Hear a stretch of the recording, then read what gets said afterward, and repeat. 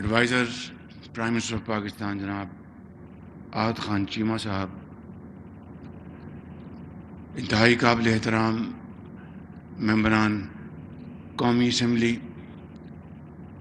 Chief secretary, آئی جی پنجاب اور دیگر معزز وفاق اور پنجاب کے افسران، شاہدرہ کے میرے بزرگوں، بھائیوں اور بہنوں، السلام علیکم۔ آج مجھے یہاں پہ آ کے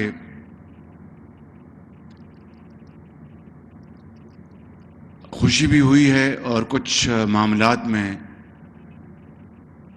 ذرا تشویش بھی ہوئی ہے۔ خوشی اس حوالے سے کہ پنجاب حکومت وزیر اعلیٰ انٹرم وزیر اعلیٰ جناب محسن نقوی اور چیف سیکرٹری ان کے جو رفقا ہیں، وہ چاہے سول سرونٹس ہیں یا پولیس آفیسرز ہیں، وہ یقیناً بڑی محنت سے معاملات کو آگے بڑھا رہے ہیں، مگر جو سپیڈ اس صوبے میں میاں نواز شریف کے زمانے میں بن چکی تھی ترقیاتی اور خوشحالی کے منصوبوں کی، وہ اس حکومت کا تو کوئی لینا دینا نہیں۔ یہ تو ایک انٹرم گورنمنٹ ہے اور اپنے تئیں پوری کوشش کر رہی ہے۔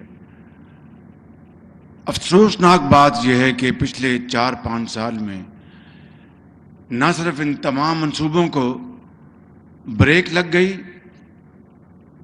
اور کئی منصوبے عدم توجہ کی وجہ سے دم توڑ گئے، اور کئی منصوبوں کے اوپر اس حکومت نے جان بوجھ کر معاملات کو سست روی کی طرف ڈال دیا، کیونکہ ان کو ان منصوبوں سے چڑھ تھی، حالانکہ وہ منصوبے اس صوبے کے عوام کے لیے تھے، اس شہر میں، اس صوبے میں ہماری ماؤں بہنوں، نوجوانوں کے لیے۔ میں آپ کو 1-2 واقعات ابھی سناؤں گا تاکہ آپ کو صحیح طرح سے حالات سے آگاہی ہو۔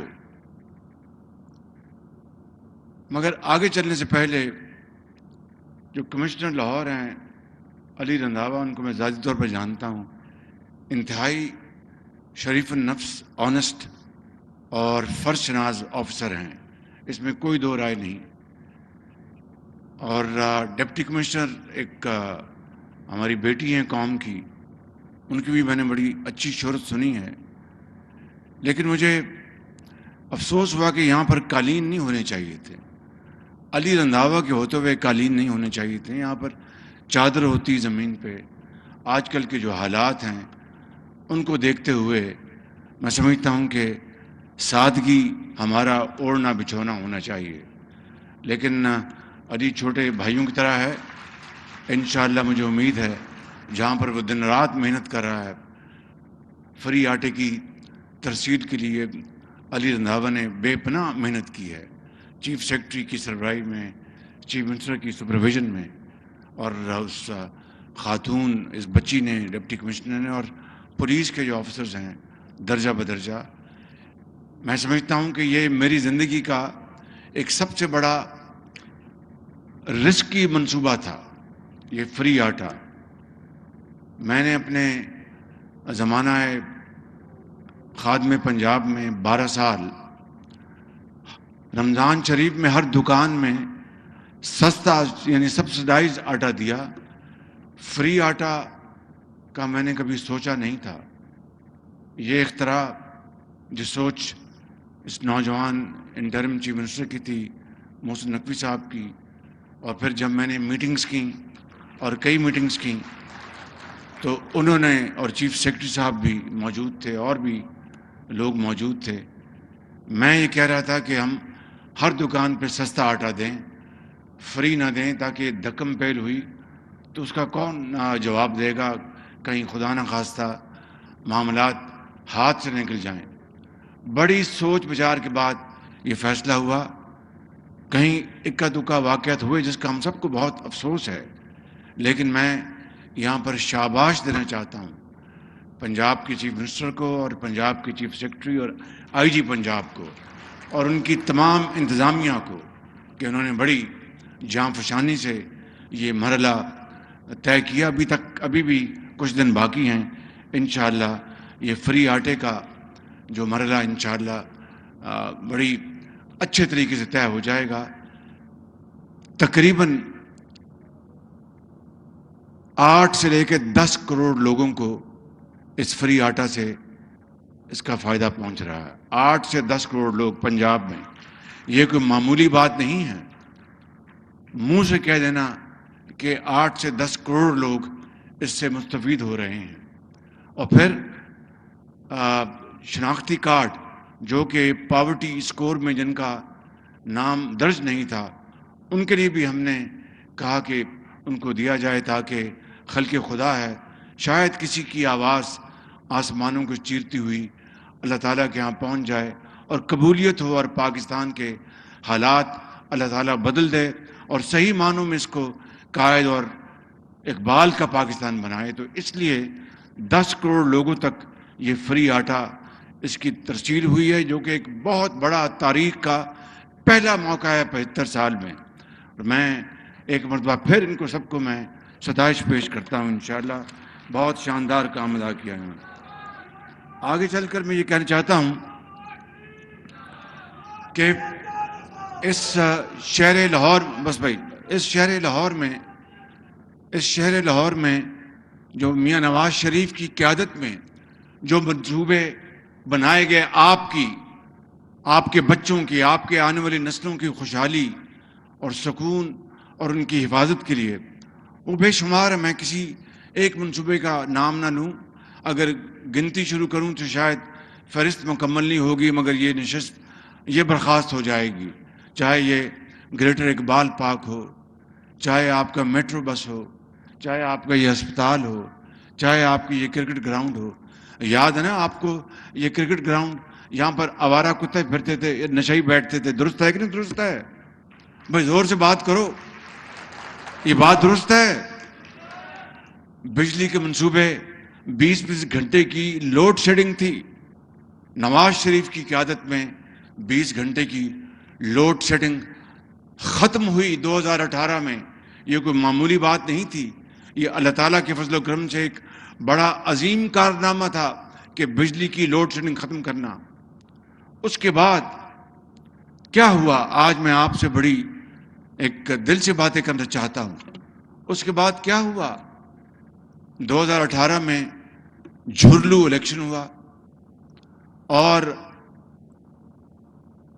مجھے نہیں پتا کہ وفاق میں نیشنل اسمبلی میں میاں نواز شریف کی قیادت میں مسلم لیگ نون کو کتنی سیٹیں ملتی اور پنجاب میں کتنی سیٹیں ملتی. لیکن ایک عام آدمی، ایک چھابڑی والا بھی اس بات کی گواہی دیتا تھا کہ نواز شریف کی قیادت میں جو 2013 سے 18 تک جو ترقی اور خوشحالی کا سفر پورے پاکستان میں ہوا اور پنجاب میں ہوا، اس کے پیش نظر لوگ اپنے دل سے نون کو اور شیر کو اور نواز شریف کو ووٹ دینا چاہتے تھے. لیکن مہر کہاں لگی اور کون جیت کے آیا، یہ ایک ایسی تلخ داستان ہے کہ جس کے اوپر اگر میں بات کروں تو آپ کے آنسو نہیں تھمیں گے کہ اتنی بڑی تاریخ کی گڑبڑ ہوئی. یعنی عام طور پر دیہاتوں میں جو انتخابات کے رزلٹس ہیں اس میں 1-2 دن لگ جاتے ہیں. یہ الٹا چکر ہوا کہ دیہات میں فر نتائج آنا شروع ہو گئے اور شہروں کے نتائج کئی ہفتے تاخیر کا شکار ہو گئے. اور اس کے بعد پھر جو حکومت آئی، مجھے بتائیں کہ یہ جو میرا منصوبہ تھا، نون کا منصوبہ تھا، نواز شریف کا منصوبہ تھا کہ میٹرو کو شاہدارہ سے کالا شاہ کاکو لے کے جایا جائے. کیا ہوا اس کا 4 سال میں؟ اپنے دل پر ہاتھ رکھ کے بتائیں مجھے. یہ جو ہم نے پروگرام بنایا تھا کہ راوی تک ہم فلائی اوور بنائیں گے اور اس کے لیے پوری اس کی مکمل طور پر اس کی فیزیبلٹی بن گئی تھی، وہ الیکشن کے آخری الیکشن سے پہلے آخری مہینے تھے، میں آپ سے یہاں پر وعدہ کر کے گیا تھا کہ انشاءاللہ اللہ نے موقع دیا تو 2018 میں یہ سارا مکمل ہو جائے گا۔ اگر ہمیں اللہ نے موقع وہ دیا ہوتا جو کہ ہمیں مل گیا تھا، وہ جھرلو نے اور فراڈ نے اور جعلی الیکشن نے وہ ہم سے موقع چھینا، نواز شریف سے موقع چھینا، مجھ سے نہیں، نواز شریف سے نہیں، پاکستان کے 22 کروڑ عوام سے چھینا، جو ترقی اور خوشحالی کا ایک نیا سفر دیکھ رہے تھے۔ وہ منصوبہ رہ گیا، اور اس کے بعد ریسٹ از ہسٹری۔ اور پھر وہ حکومت نے کرپشن کی اخیر ہو گئی، تھانے بکتے تھے، D P Os D C Os کے دفتروں کی بولیاں لگتی تھیں۔ یہ بات آپ بھول گئے؟ میرے زمانے میں، نواز شریف کے زمانے میں کسی کی جرت تھی کہ وہ تھانے کی بولی لگوا لے، یا ڈپٹی کمشنر یا ڈی پی او کے دفتر کے عہدے کی بولی لگوا لے؟ کوئی سوچ نہیں سکتا تھا۔ ہم انسان ہیں، غلطیاں انسانوں سے ہوتی ہیں، ضرور کوتاہی ہوئی ہوگی، یہ اللہ تعالیٰ بخشنے والا ہے، معاف کرنے والا ہے، ہمیں ہر وقت اس کے حضور اپنے گناہوں کی معافی مانگنی چاہیے۔ لیکن دانستہ طور پر یہ ممکن نہیں تھا کہ نواز شریف کے دور میں اور میرے صوبے میں کے دور میں کوئی کرپشن تھی۔ کرپشن تو شاید قیامت تک بند نہ ہو، لیکن اس میں کمی لانا، اس میں گراوٹ لانا، یہ ہوتا ہے حکومت کی ذمہ داری، جس کے لیے ہم دن رات کام کر رہے تھے۔ میرے بزرگوں، بھائی اور بہنوں، یہ وہ سفر تھا ترقی اور خوشحالی کا، مگر اس کو پھر نظر لگ گئی، اس کو نظر لگ گئی، اور ترقی جو ہے وہ معکوس ہو گئی، اور ہر جگہ یہاں پر ویرانی چھا گئی۔ یاد کریں وہ دن جب اس شہر کی مال روڈ اور گلبرگ رات کو 2 بجے سڑکیں دھلتی تھیں۔ میں درست کہہ رہا ہوں یا غلط کہہ رہا ہوں؟ آپ کو یاد ہوگا، آج وہ سڑکیں ٹوٹ پھوٹ کا شکار ہیں۔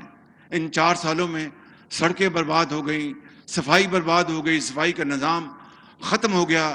وہ ترک ہمارے جو دوست تھے ان کو گرفتار کیا گیا، ان کو بے عزت کیا گیا۔ یہ ہے جو تباہی پچھلے 4-5 سال میں اس ملک کے اندر، اس صوبے کے اندر اور اس شہر میں برپا کی گئی۔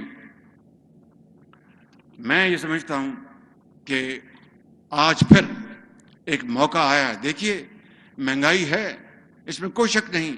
اگر مجھے نوجوان انٹرم وزیر اعلیٰ کو، یا اس کی ہماری انتظامیہ کو، یا ہماری حکومت کو اگر عوام کا درد نہ ہوتا، میں پرانی باتیں نہیں دہرانا چاہتا کہ ایسا نہ ہو کہ مبادہ آپ یہ سمجھے کہ میں خود نمائی سے کام لے رہا ہوں، لیکن میں اسی مثال کو آپ کے سامنے رکھ کر بتاتا ہوں کہ مہنگائی ضرور ہے، اور مجھے پتا ہے کہ عام آدمی کی زندگی تنگ ہے، میں جانتا ہوں اس بات کو۔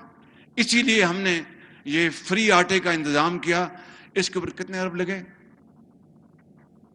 65 ارب روپے ایک مہینے میں، صرف رمضان شریف کے مہینے میں لاہور سے لے کے کوٹ سبزل تک، رحیم یار خان اور ادھر اٹک تک 65 ارب روپے کی خطیر رقم سے یہ فری آٹے کا انتظام کیا گیا ہے۔ کیوں؟ اس لیے، ابھی بیٹھ جائیں، ذرا بات سننے میری، بھائی بیٹھ جائیں، بھائی بیٹھ جائیں، او بھائی بیٹھ جائیں۔ کیوں؟ اس لیے کہ مجھے، میرے قائد نواز شریف کو، مخلوط حکومت کو، ہم سب کو پورا احساس ہے کہ مہنگائی نے عوام کا جینا دوبر کر دیا ہے، اور مہنگائی کے کیا اسباب ہیں میں اس میں نہیں جانا چاہتا۔ وہ 4 سال کی کہانی ابھی میں نے اختصار کے ساتھ آپ کو بیان کی، پھر کبھی بتاؤں گا کہ کس طرح ہمیں IMF کا ٹوٹا پھوٹا معاہدہ ہماری جھولی میں پڑا، اور کس طرح ہم نے آج بھی لکیریں نکالی جا رہی ہیں تاکہ IMF کے ساتھ معاہدہ ہو جائے۔ میں اس دن کے لیے میں اللہ تعالیٰ سے کہتا ہوں کہ میری زندگی میں اگر ہم IMF سے جان چھڑا لیں اور یہ جو بیڑیاں IMF کی یہ کٹ جائیں ایک دن، تو وہ پاکستان کا سب سے بڑا خوشی کا دن ہوگا کہ پاکستان اپنے پاؤں پہ کھڑا ہوگا۔ فی الحال ہمیں IMF کی شرائط ماننی پڑ رہی ہیں، ہمارے پاس کوئی اور چوائس نہیں، ہر کڑی ان کی شرط ہمیں ماننی پڑ رہی ہے، ہمیں اس کے بغیر ہم آگے نہیں چل سکتے۔ لیکن میں آپ کو یہ بات یقین سے کہنا چاہتا ہوں، انشاءاللہ کہ یہ IMF کا معاہدہ ہو جائے. ہم دن رات محنت کر رہے ہیں, کوشش کر رہے ہیں. یہاں پر اب جو عدالت عظمیٰ میں اور پارلیمنٹ میں جو معاملہ چل رہا ہے وہ آپ کے سامنے ہے. وہ یہاں پر میں اس کے بارے میں کچھ نہیں کہنا چاہتا. کہنا یہ چاہتا ہوں کہ ہم انشاءاللہ دن رات محنت کریں گے, دن رات کوشش کریں گے آپ کے ساتھ مل کر, اور پاکستان کا ضرور ہم انشاءاللہ قائد اور اقبال کا پاکستان بنا کر دم لیں گے. اگر میری زندگی میں یہ سفر, اقبال اور قائد کا سفر ہم شروع کر دیں تو میری روح قبر میں بڑی سکون سے ہوگی کہ جس کے لیے پاکستان بنا تھا, جس مقصد کے لیے, جس کے لیے عظیم قربانیاں دی گئیں, وہ قربانیاں آج رنگ دکھا رہی ہیں. تو میرے بھائیوں اور نوجوان ساتھیوں, آج یہاں پر میں یہ کہنا چاہتا ہوں کہ یہ جو ایک فلائی اوور بنا رہی ہے پنجاب حکومت, ایک فلائی اوور بنا رہی ہے وفاقی حکومت. جو امامیہ کالونی کا جو فلائی اوور ہے وہ وفاق بنا رہا ہے, جو شاہدرہ کا جو فلائی اوور ہے وہ پنجاب حکومت بنا رہی ہے. ہم دونوں مل کر ایک دوسرے سے بھرپور تعاون کر رہے ہیں, اور انشاءاللہ یہ منصوبے جو کہ کئی سالوں سے تاخیر کا شکار ہوئے, ان کو انشاءاللہ جلد سے جلد مکمل کریں گے. جو امامیہ کالونی کا جو فلائی اوور ہے اس کو 18 ماہ لکھا تھا کہ مکمل ہونے میں. میں نے کہا کہ شہباز شریف کا تو یہ کام نہیں ہے کہ 18 مہینے. شہباز شریف تو اس سے بہتر ہے کوئی گھر بیٹھ جائے, 18 مہینے میں اگر چیز مکمل ہونی تو پھر کوئی اور آ کے مکمل کر لے. ان کو میں نے 3 مہینے دیے ہیں, 3 مہینے. یہ بیٹھے ہیں سامنے,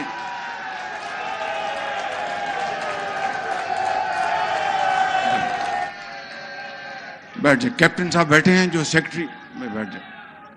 کیپٹن صاحب بیٹھے ہیں, او بھائی بیٹھ جائیں, بیٹھ جائیں. کیپٹن صاحب بیٹھے ہیں جو سیکرٹری کمیونیکیشن ہیں. دونوں جو پھول ان کے سر پہ ہیں, یہ چیئرمین بھی ہیں NHA کے, اور کیپٹن بھی ہیں, اور تیسرا یہ سیکرٹری بھی ہیں. اس کے بڑھ کر ان کو اور کیا ہوتا چاہیے. تو میں سمجھتا ہوں کہ ان کو 3 مہینوں میں یہ مکمل کرنا ہوگا.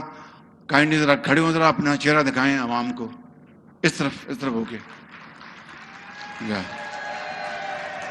ہاتھ کھڑا کہہ کے 3 مہینے میں زندگی رہی تو بنائیں گے. اب کہہ دیں نا آپ ان کو. چل ٹھیک, 3 مہینے میں اس کو مکمل کرائیں گے انشاءاللہ. اور بھائی باپ, آپ ذرا اپنا ٹوپ آپ نے بہت لمبا پہنا ہے, بڑی اچھی بات ہے, ماشاءاللہ, بہت بہت خوب. تو دوسرا جو ہے میٹرو کا منصوبہ, وہ بھی اپنا آپ کے لیے ہے, آپ کی ہماری بیٹیوں کے لیے, بچوں کے لیے, شاہدرہ. اور تو میٹرو کا منصوبہ جو ہے اس کو یہاں پر کالا کھتائی تک لے کے جائیں گے انشاءاللہ.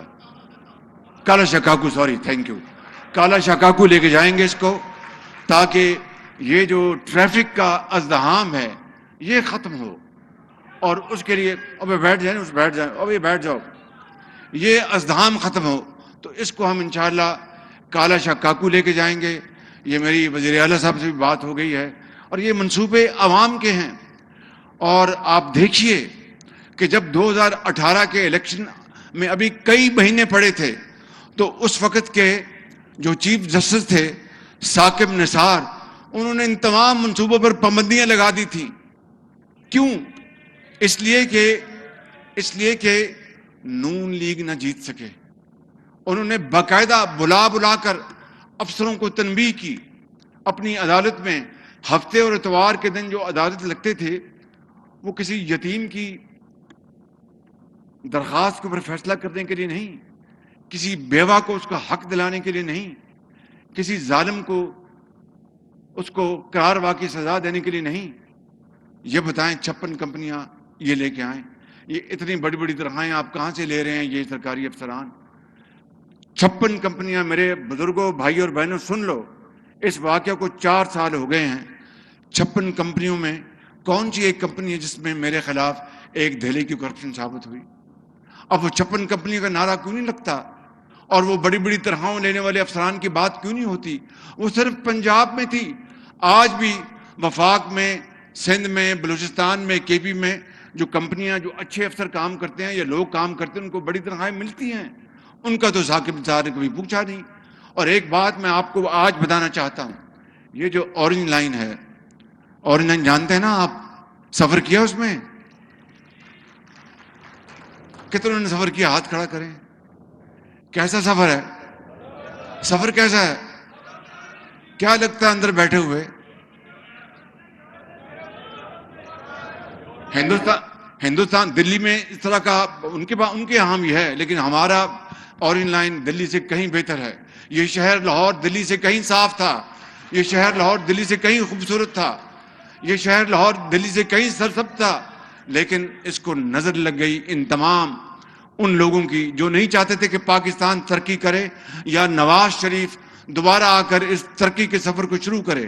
تو ثاقب نثار نے کیا کیا, یہ اورنج لائن یہ چین نے تحفہ دیا تھا پاکستان کو, اور مجھے کہا تھا کہ وزیر اعظم چین نے, جن کا نام پریمیر لی اب وہ ریٹائر ہو گئے ہیں, انہوں نے کہا تھا یہ, اور پریزیڈنٹ شی نے بھی, کہ یہ آپ کے لیے اور آپ کے بھائی کے لیے تحفہ دے رہے ہیں ہم, پاکستان کے عوام کے لیے, لاہور کے عوام کے لیے.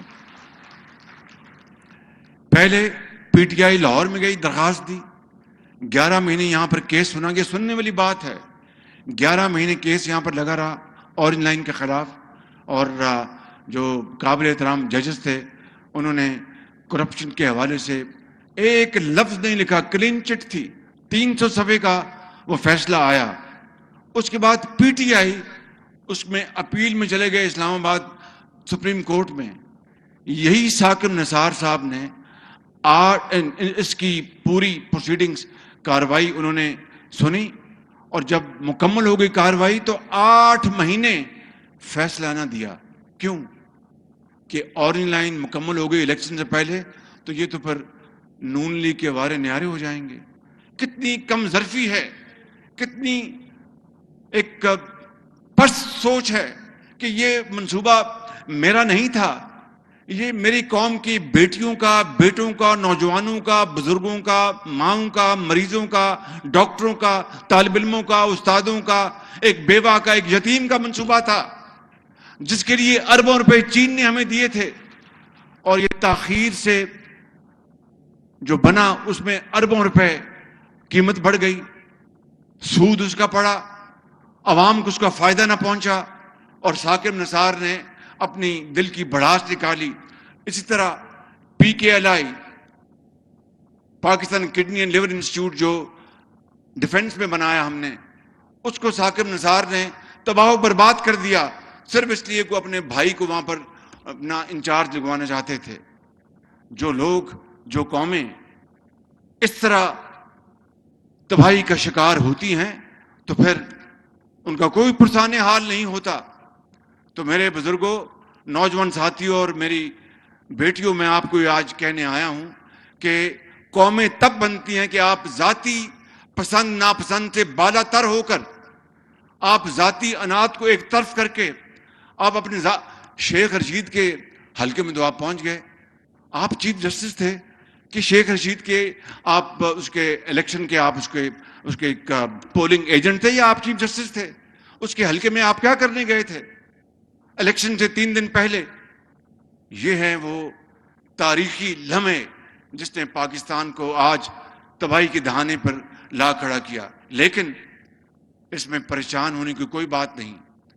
اس میں یہ مشکل چیلنج ضرور ہے, اس میں کوئی دو رائے نہیں ہے کہ آج جو لا اینڈ آرڈر آج سے 4-5 سال پہلے کی صورتحال تھی, شہدارہ والوں مجھے کچھ کہنے کی ضرورت نہیں ہے, آپ کا دل گواہی دے گا. یہ تو نہیں کہ پولیس جو ہے وہ سب فرشتہ تھی اور امن و سکون ہر طرف تھا اور کوئی چوری چکاری نہیں ہوتی تھی. نہیں, واقعات جب تک قیامت نہیں آئے گی چوری کے بھی واقعات ہوں گے, دوسرے واقعات بھی ہوں گے. لیکن اصل بات یہ ہے کہ کیا حکمران جاگ رہے کہ نہیں جاگ رہے, کیا پولیس کا جو سپہ سالار ہے وہ جاگ رہا کہ نہیں جاگ رہا, کیا انتظامیہ اپنے جو فرائض ادا کر رہی. وہ زمانہ تھا نواز شریف کی قیادت میں جب اللہ تعالیٰ کے فضل و کرم سے ہر طرف بہتری ہو رہی تھی, اور پھر کوئی ایسی کسی دشمن کی نظر لگی کہ ہم پھر زوال پذیر ہوئے. لیکن میں آپ کو آج یہ بتانے آیا ہوں کہ آپ نے پریشان نہیں ہونا. چیلنجز ضرور ہیں, مگر زندگی رہی اور اللہ تعالیٰ نے موقع دیا تو پاکستان ضرور ان مشکلات سے نکلے گا، پاکستان ضرور اپنی منزل کو پہنچے گا، پاکستان ضرور اس کا جھنڈا دنیا میں سب سے اوپر لہرائے گا۔ کہنا آسان ہے، کرنا مشکل ہے، لیکن انشاءاللہ اگر بجلی کے اندھیرے ختم ہوئے، اگر دہشت گردی اس ملک میں ختم ہوئی، اگر اس ملک کے اندر اور اس شہر میں چاروں طرف سڑکیں، اسکول، ہسپتال بنائے گئے اور مریضوں کو مفت علاج مہیا کیا گیا، دوائیاں مفت دی گئیں، تو پھر آپ یقین کر لیں کہ اللہ تعالیٰ کے فضل و کرم سے یہ مشکل کے وقت بھی گزر جائیں گے اور انشاءاللہ پاکستان ترقی کی منزل کی طرف رواں دواں ہوگا۔ یہ میرا آپ سے وعدہ ہے اور ہم نے اس کو مل کر ہم نے اس کو طے کرنا ہے۔ کل ہماری میٹنگ تھی نیشنل اسمبلی کی ان کیمرہ سیکورٹی بریفنگ، اس کے بارے میں تو میں آپ کو کچھ نہیں بتا سکتا کہ وہ ایک ٹرسٹ ہے، اس کے بارے میں کوئی لفظ نہیں کہا جا سکتا، لیکن یہ کہنا چاہتا ہوں کہ آئی ایم ایف کی شرائط میں، بھائی ذرا غور سے سنیں، آئی ایم ایف کی شرائط میں آخری شرط یہ تھی کہ آپ اپنے دوست ممالک سے چند ارب ڈالر لے کے آئیں، یہ ان کی شرط تھی۔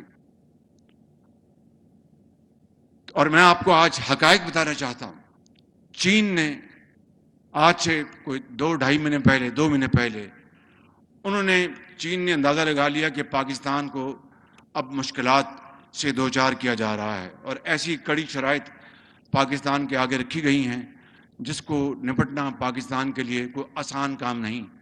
اور یاد رکھنا میری بات، میں قبر میں چلا جاؤں گا تب بھی آپ کو یہ بات اللہ تعالیٰ کے فضل و کرم سے 100% درست نظر آئے گی کہ چین پاکستان کا، جس طرح سعودی عرب، جس طرح UAE، جس طرح قطر پاکستان کے بہترین دوستوں میں شامل ہوتے ہیں، چین اسی طرح پاکستان کا بہترین مربی ہے۔